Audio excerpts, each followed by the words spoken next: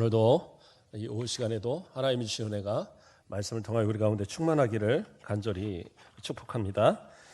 오늘 말씀의 제목은 그들로 말미암아 두려워하지 말라입니다. 그들로 말미암아 두려워하지 말라.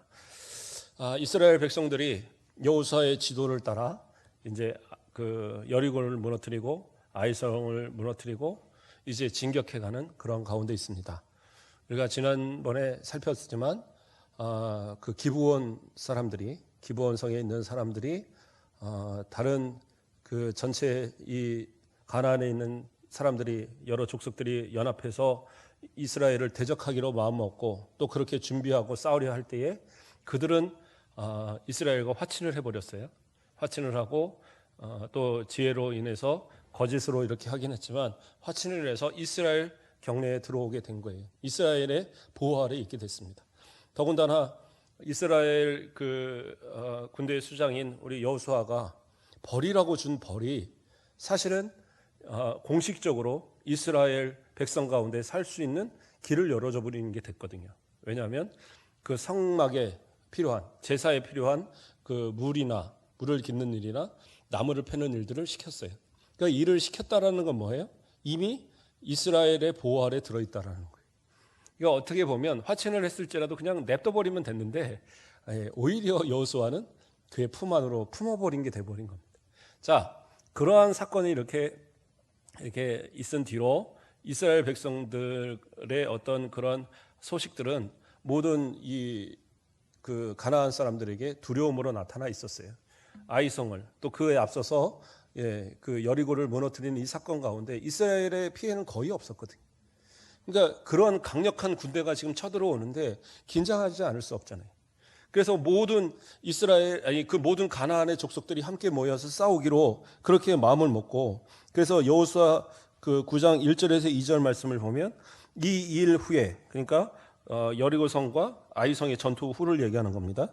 이 일 후에 요단 서쪽 산지와 평지와 레바논 앞 그 대해 연안에 있는 헷 사람과 아모리 사람과 가나안 사람과 브리스 사람과 히윗 사람과 여부스 사람의 모든 왕들이 이 일을 듣고, 그리고 어떻게 해요? 모여서 일심으로 여호수아와 이스라엘에게 맞서서 싸우려 하더라. 그러니까 싸움을 준비한다라는 거죠. 그런데 어떻게 해요? 저 산지에 있는 사람들, 그리고 평지에 있는 사람들, 그 바다 연안에 있는 사람들, 뭐예요? 모든 지역에 있는 사람들이 다 지금 연합을 하고 있는 거예요. 그래서 싸우겠다. 그러면 이스라엘이 아무리 강력하게 이렇게 이제까지 승리해 왔다 할지라도 가나안 전체가 연합해서 싸운다고 한다면 이스라엘이 이기라는 보장이 없어요. 왜냐하면 워낙 싸움에 능한 사람들이고 그들이 또 그 지형을 누구보다도 잘 알잖아요. 그런데 가나안으로 진격해서 왔지만 이들이 나아가서 싸우는 것이 산지나 또는 그런 평지나 또 바닷가 이런 여러 가지 지형에 있어서 그 고장에 있는 사람들만큼 잘 알 수가 없거든요. 이때는 무슨 뭡니까? 그 미사일을 쏘고 무슨 대포를 쏘고 이런 때가 아니기 때문에 그대로 나가서 싸워야 되는 거예요. 그나마 아주 대단한 병기는 뭐예요? 말 타고, 그렇죠? 그게 다지 그 이상의 어떤 것이 없어요. 그러니까 이스라엘 백성들이 나가서 싸워서 이긴다는 것은 이들은 말이 있는 사람들도 아니고 무슨 병거를 가진 사람들도 아니잖아요. 그저 하나님의 도우심 가운데 창이든 칼이든 그거 가지고 나가서 싸우는 거거든요. 자, 그러면 아무리 전쟁을 잘한다 할지라도 이스라엘 백성들의 피해도 상당히 클 수 있어요. 그런 상황인데 하나님께서 정말 어떻게 보면 전혀 생각지 못한 그런 상황으로 전쟁을 둘로 나눠버리십니다. 그러니까 전면적인 전체의 전쟁이 아니라 전쟁을 둘로 나눠요. 근데 이 전쟁도 작은 전쟁은 아닙니다. 분명히 큰 전쟁인데 그 둘로 나눈 그 전쟁을 다 각각 이기게 하심으로 그 전쟁을 통하여서 나머지 전쟁은 그냥 손쉽게 이길 수 있는. 그래서 나중에 어떻게 해요? 이스라엘 백성들을 각각 여호수아가 각 지파별로 그래 너 저거 땅 가서 뺏어서 가져, 저 땅 가서 뺏어서 가져 이러면서 다 보내버리거든요. 그렇게 가능했던 이유가 바로 이 두 전투에서 크게 승리했기 때문에 그게 가능했던 겁니다. 이 두 전투에 대해서 먼저 좀 한번 살펴보겠습니다. 하나님께서는 이 두 전투를 싸움에 있어서 공통적으로 여호수아에게 말씀하신 게 있어요. 뭐냐면 두려워하지 말라는 거였어요. 그들을 두려워하지 마라. 그러니까 전쟁에 있어서 두려움이라는 것은 사기를 많이 떨어뜨리는 것 중에 하나인 것 같습니다. 그래서 아이성에서 첫 번째 실패했을 때, 그렇죠? 36명가의 사람들이 이렇게 죽게 되었을 때, 그때 어떻게 이스라엘의 사기가 떨어졌어요. 그렇잖아요. 3,000명이 가서 한 30몇 명 죽은 거는 아무것도 아니에요, 사실. 전쟁으로 치면. 큰 피해가 아닌데, 그런데 어떻게 해요? 그 여리고성에서 아무런 피해 없이 이겼던 그때의 그 어떤 기세가 완전히 꺾여버린 거거든요. 그냥 손쉽게 생각했던 아이성에게, 물론 아이성이 여리고성보다 훨씬 큰 성입니다. 큰 성임에도 불구하고 얕보다가 당했죠. 예. 그래서 그 전쟁에서 그런 어떤 것을 한번 이 경험한 이 사람으로서는 전쟁이라는 것이 그렇게 만만하게 보이진 않을 겁니다. 뿐만 아니라 그 여리고성이나 아이성은 길목에 있는 성이라 이것이 그렇게 큰 성들이 아니에요. 그러나 이 가나안으로 본격적으로 들어갔을 때의 성들은 상당히 큰 성들입니다. 그러니까 이제까지 본 성하고는 전혀 다른 그들이 연합해서 싸운다고 그러면 사실은 어떻게 보면 승산이 없을 수도 있어요. 그런데 하나님은 뭐라고 그래요? 두려워하지 말라는 거예요. 왜?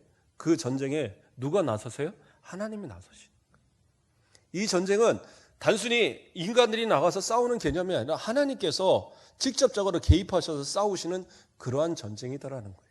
그러니까 어떻게 해요? 여호수아는 두려워하지 말라는 거예요. 하나님이 함께 하시면 무엇이 두렵겠습니까? 그렇죠? 예, 그 강아지들도 그렇잖아요. 우리 지금 이제 우리 장로님 댁으로 갔는데 보리, 그 보리를 데리고 이렇게 저 동천을 산책을 하다 보면 강아지들, 이 주먹만한 애들이 깽깽거리고 막 짖고 난리가 납니다. 이 보리한테. 그러면 얘는 쓱 보고 뭐 이제 한번 가서 물어줘? 물지는 않는데 가까이 갑니다. 그러면 깽깽거리고 짖고 난리가 나요. 그런데 개들이요, 참 신기한 건 왜 짖느냐? 주인이 있으니까 짖는 거예요. 주인이 없으면 그런 큰 개들이 옆에 다가오잖아요. 못 짖어요. 그냥 꼬리 내리고 딱 숨어버려요. 근데 왜 짖어요? 주인이 있으니까. 주인이 이게 해결해 줄 거라는 생각에 그러니까 막 덤비는 거예요. 마찬가지입니다. 하나님이 함께 하시면요 두렵지 않아요. 개인적으로 보면, 인간적으로 보면 상대가 워낙 크고, 그렇죠? 그 중에 뭡니까? 안악자손 이들만 봐도 이 사람들은 정말 대단한 사람들이잖아요. 그 한 부족만 보고도 이스라엘 전체가 두렵고 떨어서 애굽으로 돌아갈래 했던 그러한 사람들이 포진돼 있고, 그러한 사람들이 곳곳에 펼쳐 있는 그러한 이 가나안 땅인데 그들과의 전투가 두렵지 않는다 그러면 말이 안 돼요. 그런데 하나님 뭐예요? 내가 함께 하니까 두려워하지 말라는 거예요.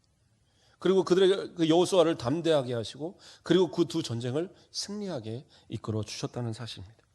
자, 이 전쟁에 대해서 우리가 좀 더 살펴보겠습니다. 자, 첫 번째 전투는 어떤 전투였습니까?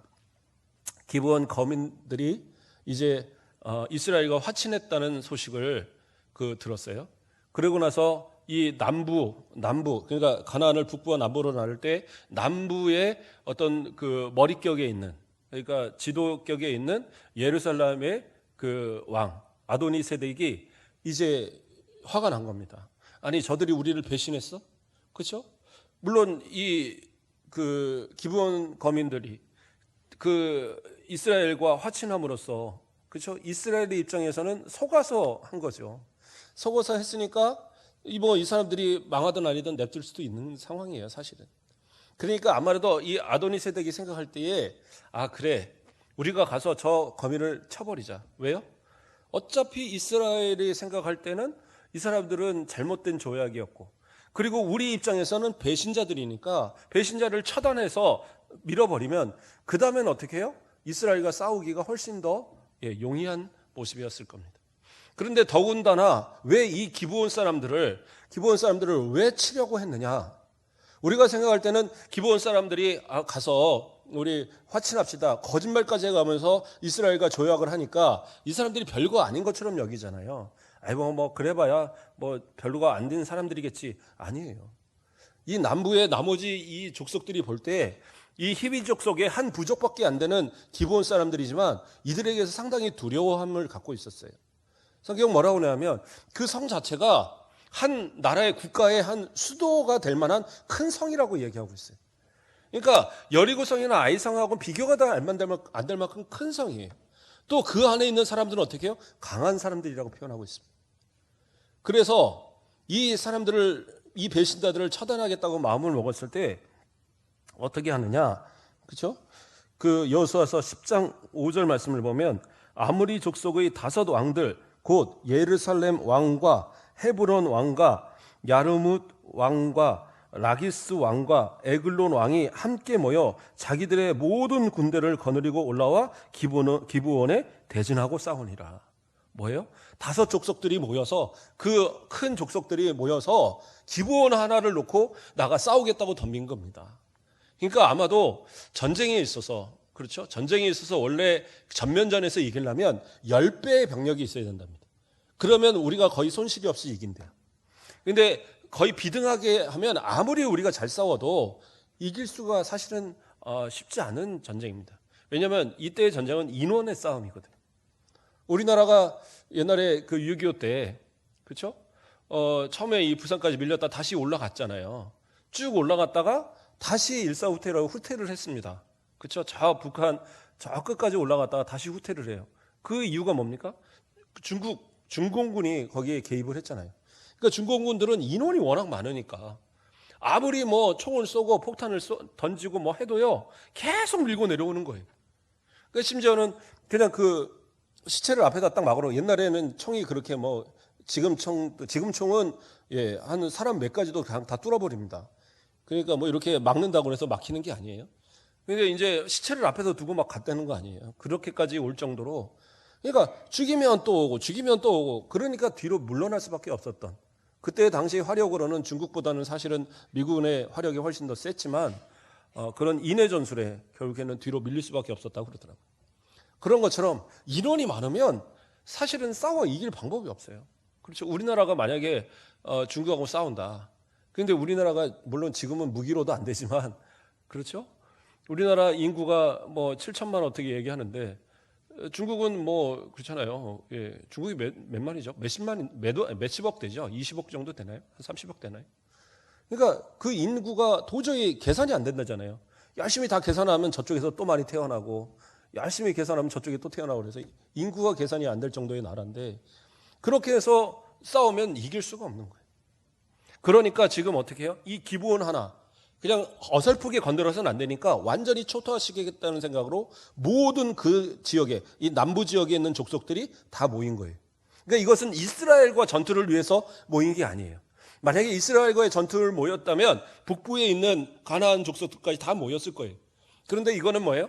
이 기브온 족속만을 위해서 싸우는 전쟁이었습니다. 그랬는데 전혀 생각지 못한 상황이 벌어졌어요. 왜요? 이 화친을 한 이유로 인해서 기브온 사람들이 여호수아에게 도움을 청했습니다. 그리고 이들이, 여호수아가 즉시 일어나서 나아갈 때 하나님께서 뭐라고 하시냐? 그들을 두려워하지 마라, 싸우라 이거예요. 그렇게 하나님이 그들을 보내셨어요. 그래서 여호수아 10장 8절 말씀을 보면 그때에 여호와께서 여호수아에게 이르시되 그들을 두려워하지 말라, 내가 그들을 내 손에 넘겨 주었으니 그들 중에서 한 사람도 너를 당할 자가 없으리라 하시니라. 하나님께서 그렇게 말씀하시니까 어떻게 갔느냐? 그냥 쉬지도 않고, 그렇죠? 사람들과 밤새 달려서 그들을 급습해 버립니다. 그러니까 밤새 달렸다 그러면 지쳤을 거 아니에요, 그렇죠?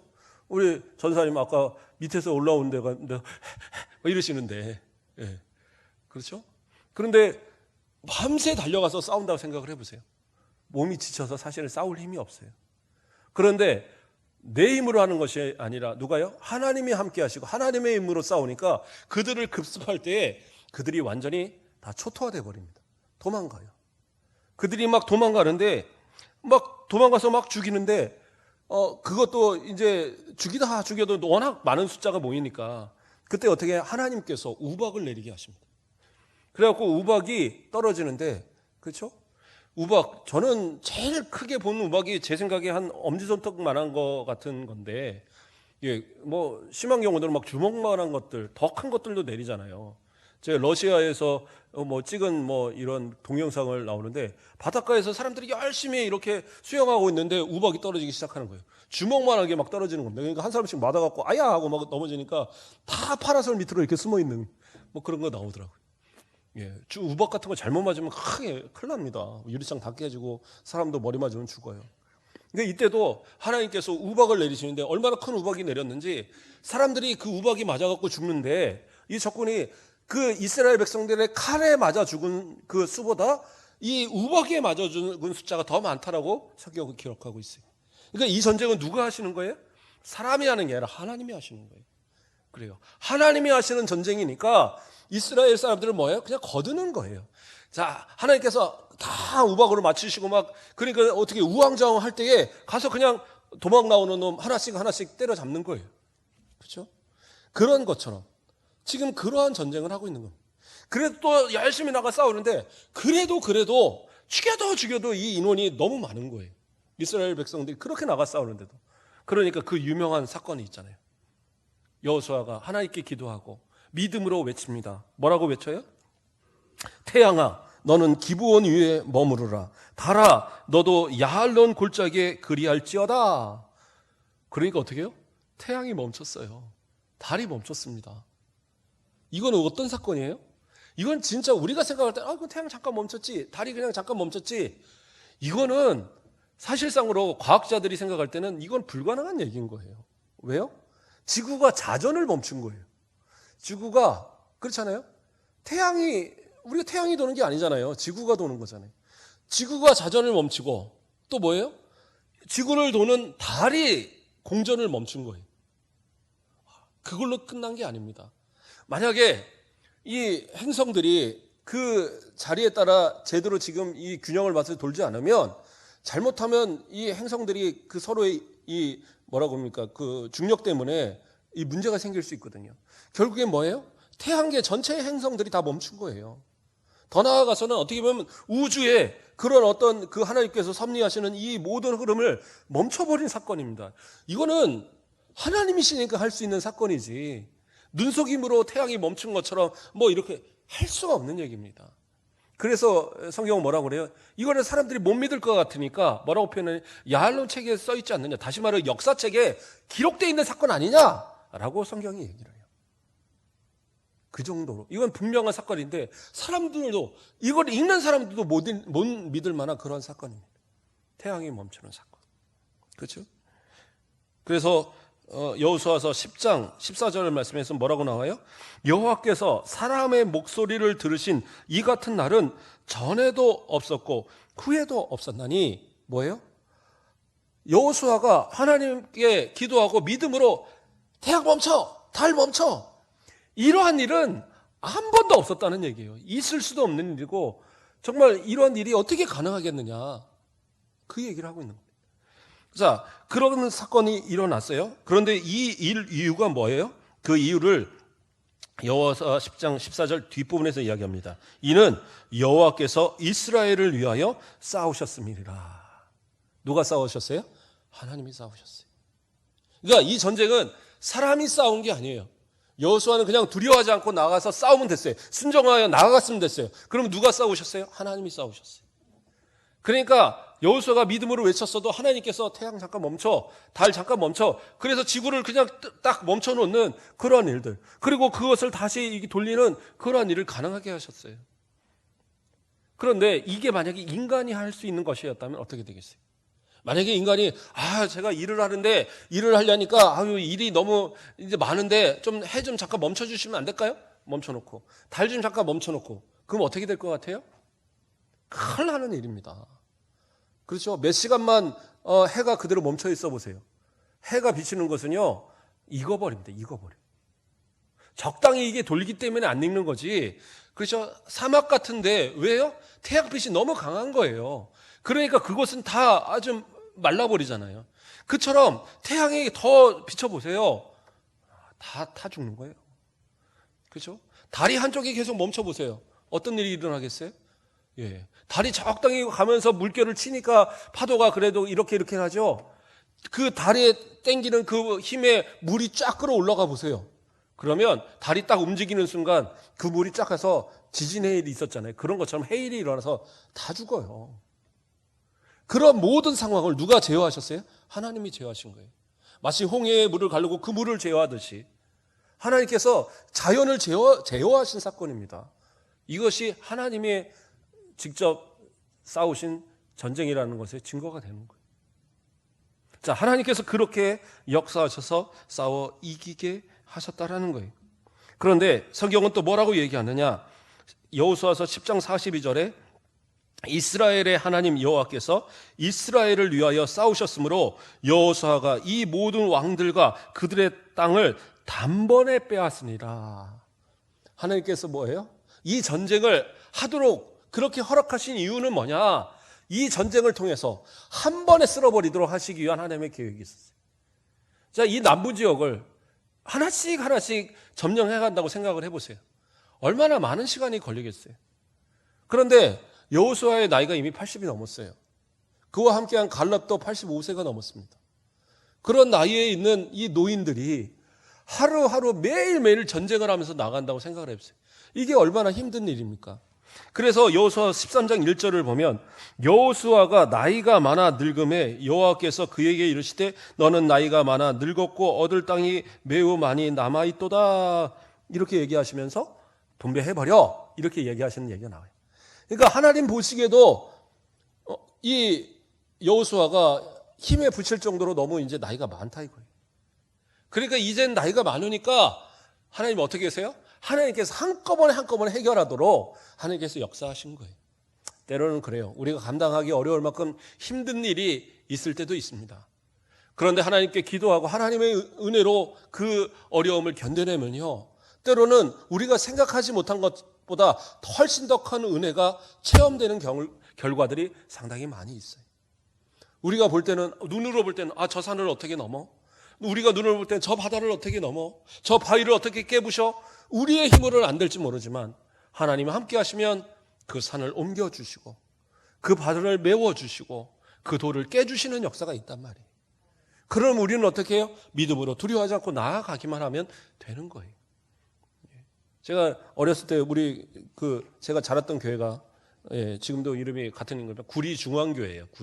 저기 구리시라는 남양주가 아니죠. 서울 옆에 구리시가 있어요. 옛날에는 남양주 군에 들어 있었는데 구리시로 독립하면서 구리시가 돼갖고 막 크게 이제 도시가 됐어요.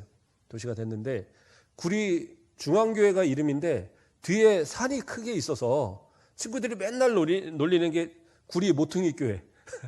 맨날 놀렸어요. 왜냐면 산 밑에 있으니까 봐도 그 산을 넘어서 한참 가야지 또 저 조그만 동네에 있고 그리고 더 저 서울로 연결되는 그런 큰 산이 또 있고 그러니까 이 아래쪽으로만 이제 그나마 좀 도시인 거예요. 그랬던 데인데 그래서 저도 기도하고 우리 교인들도 우리 아이들 우리 친구들도 맨날 기도하는 게 구리 중앙교회 되게 해달라고 기도를 많이 했거든요. 그런데 놀라운 일이 일어났습니다. 도시 계획이 일어나면서 뒷산을 다 밀어버리더라고요. 그 넓은 산을 싹 밀어버리고 그리고 그쪽에 남아있는 산에는 큰 체육관이 들어와서 거기 주차장이 많아서 교회 주차장도 없는데 그 주차장으로 쓰게 되고 그렇죠? 그 밑으로 그 옆으로 도시가 쫙 이루어지면서 멀리 산 위에서 보면 정말 중앙에 있더라고요. 그렇게 바뀌더라고요. 이게 하나님의 역사더라고요. 사람으로 가능합니까? 그런데 계획이 새겨지고 그렇게 역사를 하니까 완전히 그냥 밀어버리고 중앙에 딱 우뚝 쓴 교회가 되더라고요. 물론 지금은 또 옆에 건물들이 워낙 크게 들어와갖고 찾아보려니까 좀 힘들더라고요.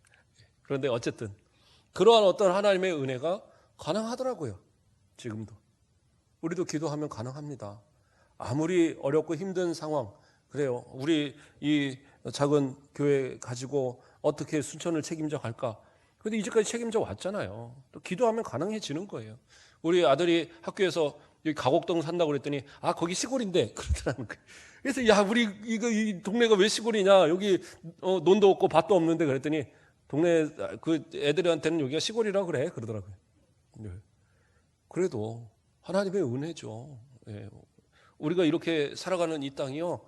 주변으로 이제 막 아파트들 들어오고 막 개발되고 하잖아요. 어떻게 보면 이제까지 남아있는 땅이기 때문에 더 좋게 잘 건설될 것 같아요. 여러 가지. 그러면 우리는 어떻게 해요? 하나님께 주시는 그대로 가서 이삭 줍듯이 가서 전도하면 돼요. 아파트 하나 세워질 때마다 그 앞에 가서 전도하고 또 전도하고 그러다 보면 어느 순간 교회도 커지고 하는 거예요. 예. 저는 뭐 우리 교회가 아주 커지고 이런 거 바라지도 않고 여기만 하면 꽉 채워보자고요. 뭐 이거 채우는 거 뭐 일이겠어요? 한 몇 년 채우면 충분히 채우죠. 예. 예. 너무 쉽게 얘기하나요? 예.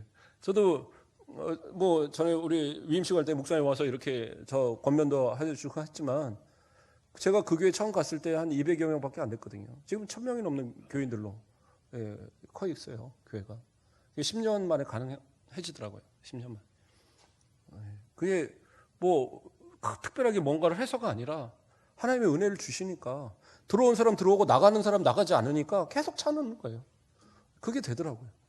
그 근처에 어떤 교회는 예, 들어가기는 많이 들어간대요. 뭐 전도를 1년에 한 1000명씩 한다고 그러면 몇만 명 되는 교회가 돼야 되잖아요. 나가는 게 990명 나가는 거예요. 그러니까 의미가 없어요. 1000명이 들어가도. 예. 근데 전에 있던 교회는 한 200명 뭐 이렇게 등록하면 이사 가는 이론들을 좀 빼고 등록하는 사람들에서는 거의 90% 가까이가 남거든요. 그러면서 이렇게 차곡차곡 쌓이니까 나중에는 규모가 상당히 커지더라고요. 우리 교회도 뭐 불가능한 얘기 아니잖아요. 그냥 이삭 줍듯이 가서 주워 오면 되는 거예요. 예, 오늘 가서 한 명 전도해볼까? 그러가서 전도하고. 예, 예. 그리고 오늘 가서 그러면 이번엔 저 동네 가서 해볼까? 그러가서 또 전도하고. 그러면 되지 않겠어요? 예, 못 나가도록 막는 거는 제가 설교 열심히 해서 못 나가게 하면 되는 거고.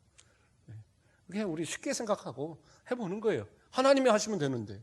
오늘 본문에서 이야기한 것처럼 하나님이 나와서 싸우시니까 어떻게 해요? 그 한꺼번에 그냥 전쟁을 싹 쓸어버리도록 만드신 거예요. 왜?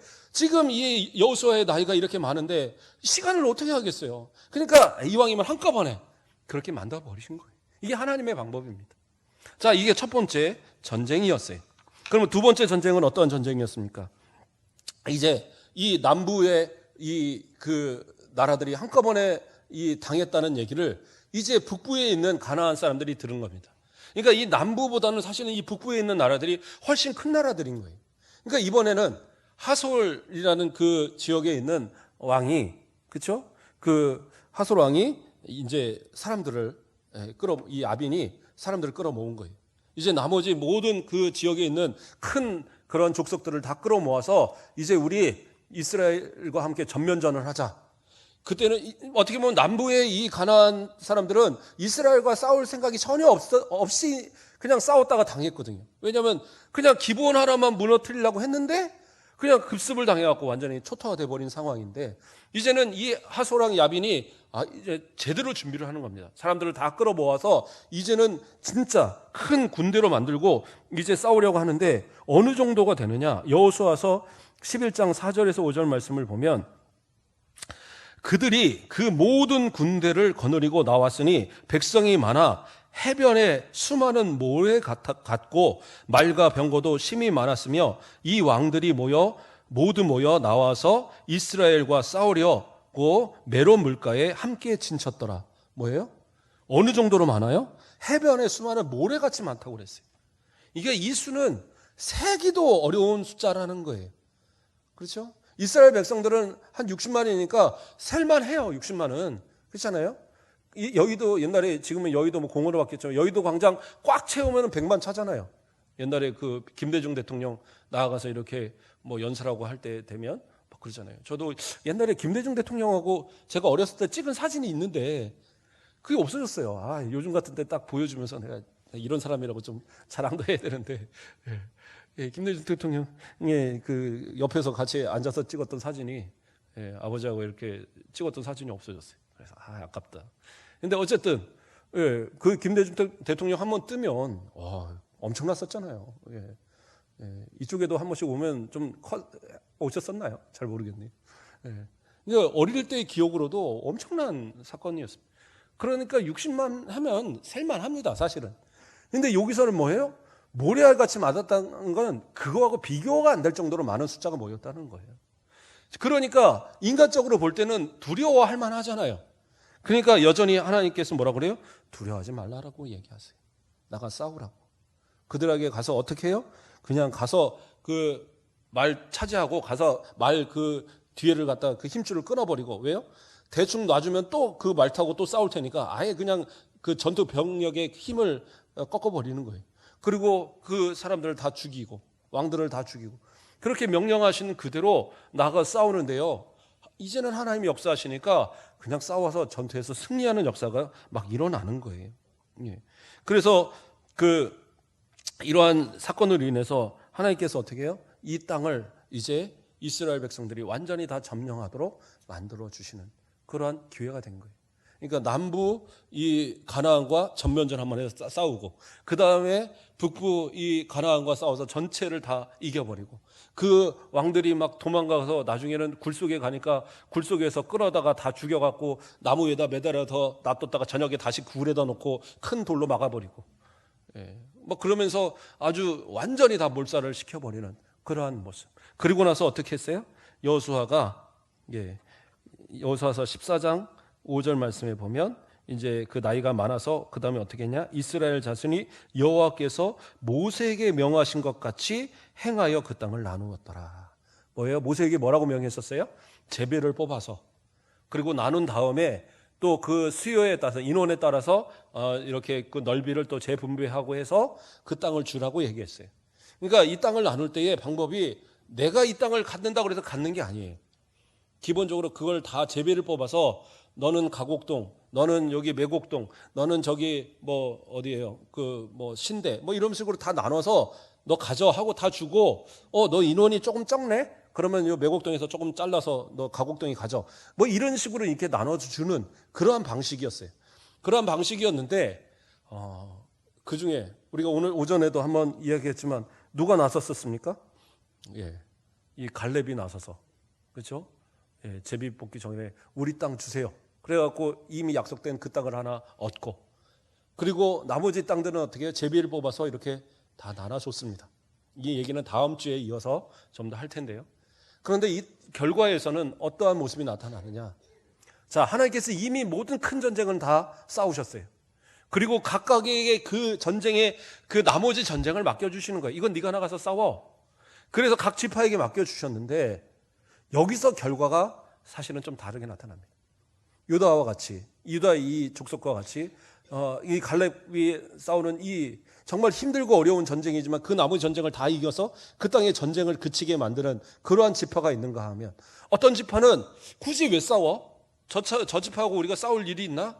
그냥 저 사람들하고, 그래서 적당히 싸워서 땅을 차지하고 나머지는 그냥 살려주고, 또 심지어 어떤 지파는 세월이 흘러가면서 그 땅을 차지하지 못하고 오히려 다시 땅을 빼앗겨서 그 지파가 이렇게 쫓겨나는, 그래서 이스라엘 역사관에서 점점 사라져가는 그러한 지파들도 있었다는 얘기. 무슨 얘기입니까? 하나님께서 큰 싸움은 분명히 다 이겨주셨어요. 예수 그리스도의 그 보혈의 피로 우리를 씻으시고 그 십자가의 그 능력으로 마귀를 다 이기셨어요. 우는 사자와 같이 덤비는 그 마귀를 완전히 다 제압하시고 그 머리를 상하게 하셔서 다시는 우리를 지옥 가도록 끌고 가지 못하도록 하나님께서 분명히 막아주셨어요. 그런데 중요한 게 있습니다. 이 땅을 살아가면서, 그러나 이미 구원은 우리에게 확정되어 있어서 큰 싸움은 다 이겼지만 우리로 싸워서 두려워하지 말고 담대하게 싸워 이겨서 이 땅을 승리해서 주님 앞에 가는 그날까지 싸우도록 우리에게 맡겨주셨거든요. 그런데 우리는 어떻게 이 땅에서 신앙생활을 합니까? 내게 주어진 그 상황을 어떤 이들은 최선을 다해서 주님 맡기신 이 사명 가지고 이 땅을 내가 책임져 갑니다. 우리의 가정을 책임져 갑니다. 우리에게 맡긴 교회를 책임져 갑니다. 그리고 나아가는 사람이 있는가 하면, 어떤 사람들은 에이 그냥 적당히 하지 그냥 굳이 그렇게 내가 유별나게 할 필요가 있어? 유별나게 신앙생활 할 필요 있어? 유별나게 그렇게 사업할 필요가 있어? 때로는 그냥 적당히 그냥 하면서 사는 거야. 이런 사람도 있고, 어떤 경우는요, 마귀한테 오히려 물려서 완전히 다 초토화돼 갖고 그저 생명만 부지하는, 영적인 생명만 겨우 부지해서, 그래도 구원받은 백성이니까 구원은 받을 텐데 겨우 그 신앙의 맥을 이어가는 그런 사람들도 있더라는 거예요. 똑같이 시작했고, 똑같이 하나님이 다 은혜를 주셨고, 똑같이 큰 전쟁을 다 이기게 하셨는데 개별로 주어질 때에는 전혀 다른 결과. 우리는 어떻게 신앙생활하고 계십니까? 나의 신앙을 돌아보십시오. 하나님 앞에서 주님께서 모든 건 다 싸워주셨고 모든 것은 다 책임져 주셨고 모든 것은 이미 승리하셨는데, 이제 너 이거는 네가 좀 싸워봐 하고 주신 우리의 삶을 우리는 어떻게 살고 있는지. 혹시 마귀의 놀잇감으로 그냥 겉으로 멀쩡해 보이는데, 그렇죠? 영적으로는 눈 멀고, 영적으로는 여기저기 다 찢기고, 영적으로는 뭐 다리 하나 없고, 이러한 어떤 모습처럼 완전히 병들어 있고 완전히 깨진 모습으로 살고 있지는 않은가. 그러나 담대하십시오. 두려워하지 마십시오. 주님의 이름으로 나아갈 때에 주님께서 우리에게 승리를 주십니다. 요한복음 16장 33절에 뭐라고 합니까? 이것을 너희에게 이루는 것은 너희로 내 안에서 평안을 누리게 하려 함이라. 세상에서는 너희가 환난을 당하나 담대하라. 내가 세상을 이겨노라. 주님이 이기셨대요. 그러니까 담대하랍니다. 환난 당할 수 있고 고난 당할 수 있지만 두려워하지 말고 담대하게 맞서서 승리하시고, 그래서 주님 주신 그 평안 가지고 승리하는 삶, 그러한 삶을 살아가시는 저와 여러분 되시길 주님의 이름으로 축복합니다. 기도하겠습니다. 사랑의 하나님, 감사를 드립니다. 오늘도 하나님의 은혜 가운데에 이 주일을 보내고 이 오후 시간까지 하나님 앞에 예배 드릴 수 있도록 이끌어 주심을 감사합니다. 우리 인생의 날마다의 삶들이 모든 삶이 평안만 있는 것은 아니온데 주님께서 이미 마귀를 물리치시고 우리에게 구원의 길을 은혜로 주셨사오니 결코 우리가 두려워하지 말게 하시고 당하는 여러 환난이나 고난 가운데서도 오히려 담대하게 믿음으로 승리해 갈 수 있는, 예수님께서 이미 승리하셨기에 우리는 오히려 담대하게 더 나아갈 수 있는 믿음 허락하여 주시고, 주님이 주시는 평안, 주님이 주시는 은혜, 주님이 주시는 그 평강 가운데 우리의 삶이 복되어지는 삶을 누려갈 수 있도록 은혜 더하여 주시옵소서. 일주일의 삶을 복되게 하시고 우리가 다시 만나는 그 순간순간까지 하나님께서 보호하시고 지켜주시고 승리의 기쁨의 찬송의 소리로 주님 앞에 영광 돌려 나올 수 있는 믿음의 군사들 되도록 인도하여 주시옵소서. 감사합니다. 예수 그리스도의 이름으로 기도드립니다. 아멘.